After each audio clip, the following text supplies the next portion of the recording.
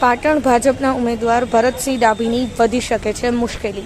પાટણમાં પાટીદાર સમાજની યોજાયેલ રાત્રિ સભા દરમિયાન મા ઉમા ખોડલની સોગંદ ખાઈ કોંગ્રેસને મત ના કરવા સભામાં કરવામાં આવ્યું પાટીદાર અગ્રણીઓ દ્વારા આહવાન। પાટણમાં યોજાયેલ પાટીદાર સમાજની ચૂંટણી સભાનો વિડીયો આવ્યો સામે। પાટણ કોંગ્રેસના ઉમેદવાર ચંદનજી ઠાકોરના સમર્થનમાં યોજાઈ હતી ચૂંટણી સભા। સભામાં પાટીદાર આગેવાનોએ હાથ ઊંચા કરી 2015માં થયેલ આંદોલનમાં પાટીદાર યુવાનોનો મોતનો બદલો લેવાની લીધી સોગાદો। મા ઉમા ખોડલની સાક્ષીએ ભાજપનો અભિમાન તોડવાની હાથ ઊંચા કરીને લેવામાં આવી સોગંદ। ચૂંટણી જીત્યા બાદ 5 વર્ષ ભરતસિંહ ડાભીના દેખાયા હોવાનો પણ સભામાં ઉલ્લેખ। પાટીદાર સમાજની મા ઉમા ખોડલના સ્વાગત સાથેની આ સભા વધારી શકે છે ભાજપની મુશ્કેલી। Rajubhai D Patel, Patan news 24, Patan. જો પાટીદારોનો રંગ મોય મળે, સદારામ બાપુના જે ભગત છે ને એ તો ચંદનસિંહ જ વોટ આપવાના।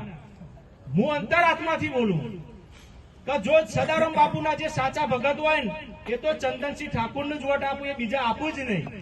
પણ જો પાટીદારો આપણે જો એક થઈ અને અમને જીતાડીએ, અને કેમ જીતાડવા જોઉં, પેલી બાજુ જે ઉમેદવાર એમને ભાઈ આપણે ઓળખીએ બરાબર, એ 5 વર્ષ તમે એમને જીતાડ્યા કે ના જીતાડ્યા, પણ તમારા એકે ગોમમાં 5 વર્ષ જીત્યા પછી આયા હોય તો હું અહીંથી ઘેર જતો આયા ભાઈ, તમે ગમે તે પૂછ્યું આયા નહીં હોય।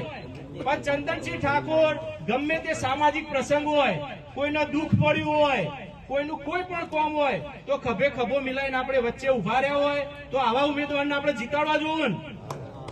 તો આજ આપણે સોગંદ ખાઈને જવાનું કે એક પાટીદાર 100 વોટમાં પરિવર્તન કરે। બોલો મા ઉમા ખોડલની સોગંદ, હાથ ઊંચા કરો ભાઈ। મા ઉમા ખોડલની સોગંદ ખાઉં છું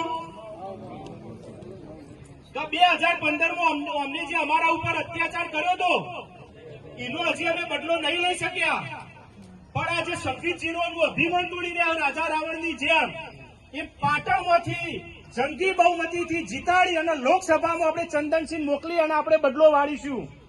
અને બીજું તો એક પાટીદાર 100 લોકોને સમજાવશે અને 200 વોટનું પરિવર્તન કરશે, એવું આજ માતાજી સદારામ બાપુ, ખોડિયારમાં રોમા પીર, જગત જનની માં ઉમિયા અંબાજી મારી સાક્ષીએ સોગંદ ખાઈએ ને ભાઈ, અને કરશો ને। બોલો સદારામ બાપાની, બોલો રણુજાવાળા રોમા પીરની, ભારત માતા કી।